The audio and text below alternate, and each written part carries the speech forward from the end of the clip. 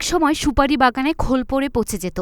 এখন সেই পড়ে থাকা সুপারি গাছের খোল দিয়ে তৈরি হচ্ছে থালা, বাটি, ট্রে ও নাস্তার প্লেট সহ আকর্ষণীয় ডিজাইনের পরিবেশ বান্ধব তৈজসপত্র।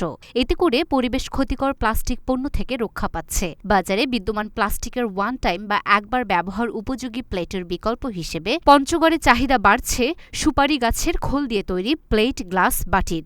জেলার বোদা উপজেলার শিমুলতলীতে ইকোবিডি গ্রিন নামের কারখানা গড়ে তুলেছেন নুরুল আলম সেলিম নামের এক উদ্যোক্তা। তার কারখানায় এখন সুপারি খোল দিয়ে তৈরি হচ্ছে বিভিন্ন ধরনের ওয়ান টাইম তৈজসপত্র।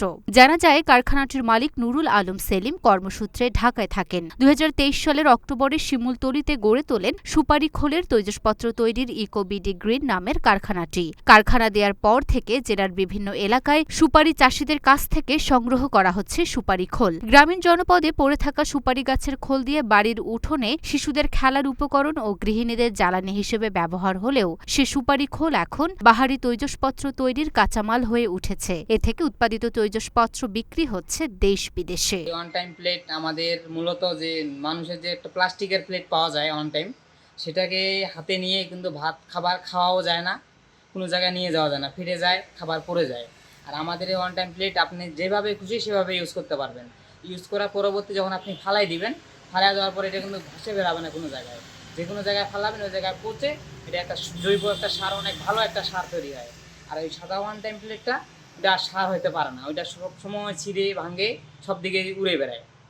আমাদের এটা হলো পরিবেশ বান্ধব। কারখানা ঘুরে দেখা যায়, জেলার বিভিন্ন গ্রামাঞ্চল থেকে সংগ্রহ করা সুপারি গাছের পাতা কারখানায় স্তূপ করে রাখা। সুপারি পাতার নিচের অংশটি কেটে ফেলা হচ্ছে। এবার বাকিটুকু পানিতে ধুয়ে জীবাণুমুক্ত করে রোদে শুকিয়ে নেওয়া হচ্ছে। পরে রোদে শুকানো হয়ে গেলে খোলগুলো মেশিনে নেওয়া হয়। পাতার খোল ছাঁচের মেশিনে বসিয়ে তাপ ও চাপ প্রয়োগ করে নানা আকৃতি দেওয়া হয়। এখানে কয়েক মিনিটের মধ্যে গোলাকার বাটি, গোলাকার প্লেট, চৌকোনা প্লেট, লাভ প্লেট, চামচ, ট্রে সহ 8 ধরনের জিনিস তৈরি হয়। কারখানায় দৈনিক 1000 থেকে 1200 পিস প্লেট, বাটি সহ 8 ধরনের তৈজসপত্র উৎপাদন হয়। প্রতি পিস প্লেট, বাটি বিক্রি করা হয় 7 থেকে 15 টাকায়। কারখানা ঘিরে কর্মসংস্থান হয়েছে বেশ কয়েকজন বেকার নারী পুরুষের। খুঁজে পেয়েছেন আয়ের পথ। আমি এখানে কাজ করি, সুপারির খোল দিয়ে এগুলো আমরা ছোট বাটি, বড় বাটি বানাই।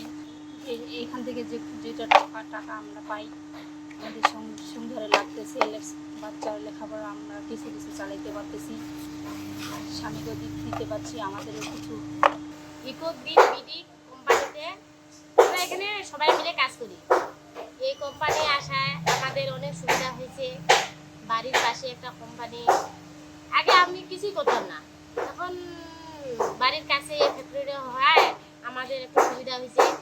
আমরা এই ইকোগ্রিন বিডি কোম্পানিতে চাকরি করে যেই টাকাটা আমরা পাই, ওই টাকা দিয়ে আমরা আমার বাড়ির পরিবারে একটু হেল্প করতে পারতেছি। বাচ্চাদের লেখাপড়া একটু হইলেও আমি সাহায্য করি।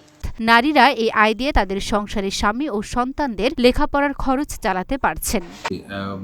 বোদা উপজেলার পৌরসভার অন্তর্গত শিমুলতলী এলাকায় ইকোবিডি গ্রিন নামে যে একটি প্রতিষ্ঠান হয়েছে, এরা সুপারির খোল দিয়ে বিভিন্ন ধরনের তৈজসপত্র তৈরি করছে।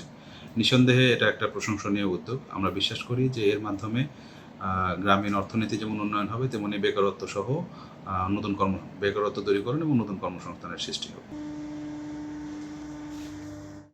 Luna Afroz, Dhaka post.